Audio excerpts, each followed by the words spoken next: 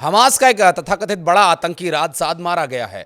Israeli सुरक्षा बलों की तरफ से ये जानकारी दी गई है। राद साद के पीछे क्यों इतना हाथ धोकर पड़े थे बेंजामिन नेतन्याहू, बात करेंगे इसी मुद्दे पर। और इसके मारे जाने के बाद क्या बदलाव हो सकता है हमास और इजरायल के बीच जारी घमासान में। नमस्कार, मैं हूं आशीष त्रिपाठी आपके साथ। आईडीएफ यानी इजरायली रक्षा बल और इजरायल सुरक्षा एजेंसीज ISA ने दावा किया कि 13 दिसंबर 2025 को गजा में एक टारगेट ऑपरेशन के दौरान हमास का वरिष्ठ कमांडर राद साद मार गिराया गया। इजरायल के मुताबिक राद साद हमास के सैन्य विंग में हथियार उत्पादन मुख्यालय का प्रमुख था। 7 अक्टूबर 2023 को इजरायल पर हुए भीषण हमले की योजना बनाने वालों में यह शामिल था। आईडीएफ ने यह कहा कि राद साद हाल ही के महीनों में हमास के सबसे अनुभवी और खतरनाक आतंकियों में गिना जाता रहा है।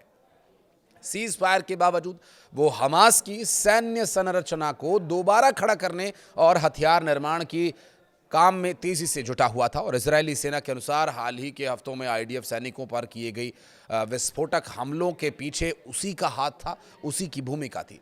इजरायल का कहना भी है कि राद साद गजा सिटी ब्रिगेड का संस्थापक और कमांडर भी रह चुका था। इसके अलावा उसने गजा में हमास की नौसैनिक ताकत को भी विकसित करने में बड़ी भूमिका निभाई थी।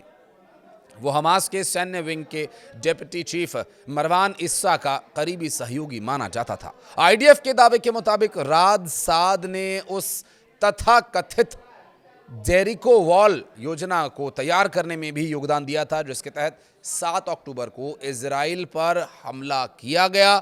और इस हमले को इजराइल अपने इतिहास के सबसे घातक आतंकी हमलों में से एक मानता है। इजराइल ने आरोप यह लगाया कि संघर्ष विराम लागू होने के बावजूद राद साद हमास के लिए विस्फोटक और हथियार बनाता रहा। इन हथियारों का इस्तेमाल गजा में इजरायली सैनिकों पर हमलों के लिए किया गया, जिसमें कई जवानों के मारे जाने की खबर आई।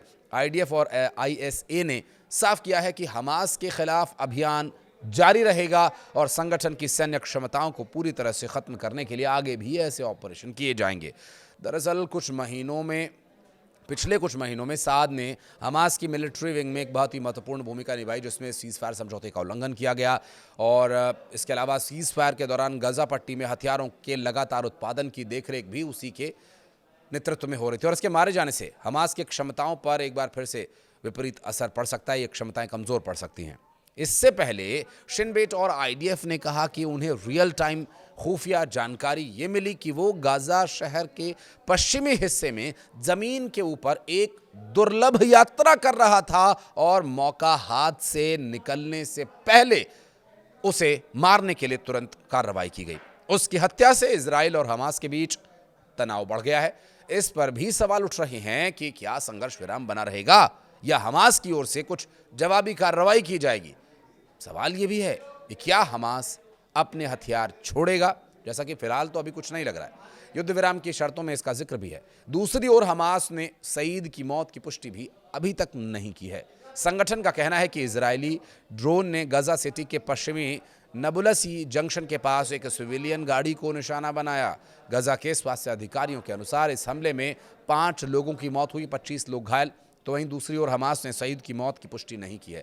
संगठन का कहना है कि इजरायली ड्रोन ने गजा सिटी के पश्चिम में नबुलसी जंक्शन के पास एक सिविलियन गाड़ी को निशाना बनाया था और इस हमले में 5 लोगों के मारे जाने और 25 लोगों के घायल होने की खबर सामने आई थी। गजा प्रशासन का कहना यह है कि हमला अक्टूबर 2025 में हुए सीज फायर का उल्लंघन है।